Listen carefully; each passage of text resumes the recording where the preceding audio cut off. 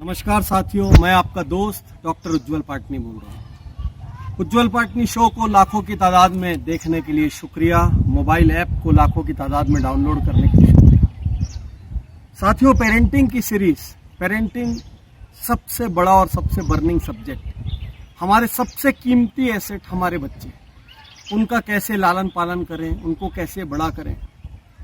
साथियों, आज से कुछ दिन पहले मैं स्वामी अनुकूलानंद जी को लाइव सुन रहा था। CIRS के एक प्रोग्राम में वो पेरेंट्स का ओरिएंटेशन कर रहे थे और बहुत दिन बाद मैंने पेरेंटिंग को लेकर एक पावरफुल स्पीच सुनी और सोचा उसके कुछ अंशों को आपसे बांटूं।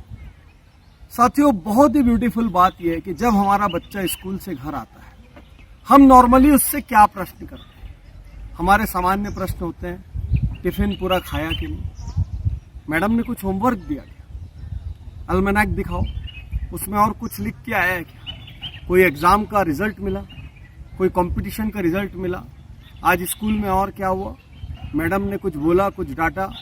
इसके अलावा और कोई प्रश्न हम लोगों के पास नहीं है। साथियों, जब प्रश्न ही गलत रहेंगे तो उत्तर कैसे सही आएंगे।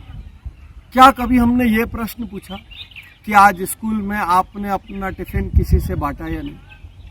क्या हमने कभी ये प्रश्न पूछा, आज आपने स्कूल में कितने लोगों को खुश किया? क्या कभी हमने ये प्रश्न पूछा कि आपने आज किसी की मदद की क्या?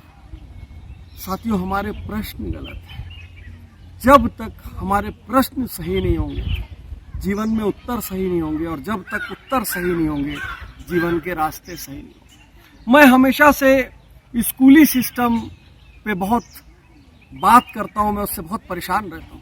हमारे स्कूल में निबंध लिखाया जाता है, गाय पे निबंध लिखो, वर्षा ऋतु पर निबंध लिखो, वसंत ऋतु पर निबंध लिखो, पहाड़ पर निबंध लिखो।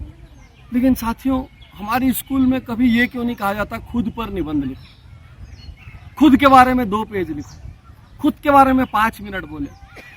इसीलिए इंसान को पूरी दुनिया तो पता चल जाती है, उसको अपने बारे में कुछ भी पता नहीं चलता।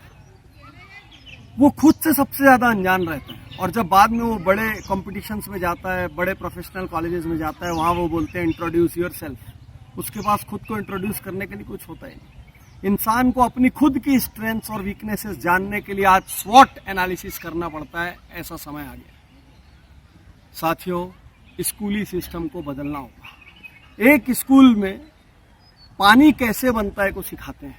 स्वामी जी ने बहुत ही ब्यूटीफुल बात कही कि पानी कैसे बनता है।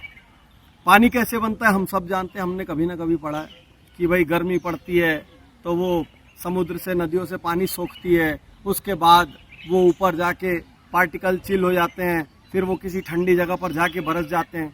इस एक साइकिल को बनाने के लिए, ऐसे डायग्राम को बनाने के लिए स्कूल का बच्चा 7-8 पन्ने खर्च कर देता है, 7-8 ड्राइंग शीट के पेजेस खर्च कर देता है, खराब कर देता है। आप सोचिए किसी स्कूल में 1000 बच्चे हैं और कभी ना कभी वो इस तरीके के डायग्राम बनाते हैं और एक बच्चे ने 10 पन्ने खर्च किए इसी तरीके की 1-2 ड्राइंग्स पे, तो 1000 बच्चों ने मिला के कितने पन्ने खर्च किए? लगभग 10,000। और 8 बार यही एक्सरसाइज रिपीट हो गई तो वो हो गया 80,000। और एक पेड़ औसतन 80,000 पेज दे सकते। तो आपके 1000 बच्चों ने 8 बार एक एक्सरसाइज करने में एक पूरा पेड़ को खत्म कर दिया, जिसमें उन्होंने सीखा कि वर्षा कैसे होती है। क्या कभी हमने बच्चों से कहा कि एक पेड़ लगाओ?